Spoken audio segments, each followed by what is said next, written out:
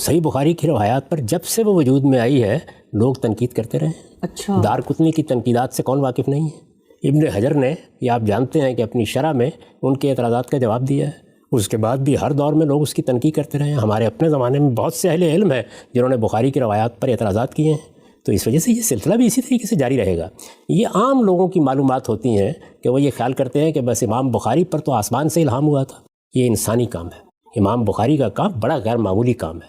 انہوں نے بڑی محنت کی ہے، بڑی تنقید سے کام لیا ہے۔ یہ جب کہا جاتا ہے کہ یہ الجامع الصحیح ہے تو یہ صحیح اس معنی میں صحیح نہیں ہوتا جس میں ہم اردو زبان میں صحیح کا لفظ بولتے ہیں۔ یہ در حقیقت محدثین کی اصطلاح ہے۔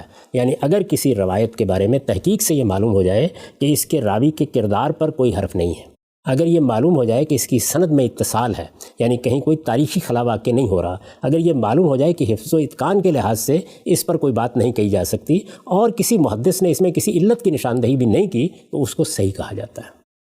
چنانچہ یہ ایک اصطلاح ہے، اس علم کو سمجھنا چاہیے، اور یہ امام بخاری کا انسانی کام ہے۔ جب آپ امام بخاری کی کتاب کا اور امام مسلم کی کتاب کا مطالعہ کرتے ہیں تو آپ پر یہ حیرت انگیز انکشاف ہوتا ہے کہ اگرچہ دونوں استاد شاگرد کا تعلق بھی رکھتے ہیں، لیکن امام بخاری کی روایتوں کو بعض موقعوں پر امام مسلم نے قبول نہیں کیا۔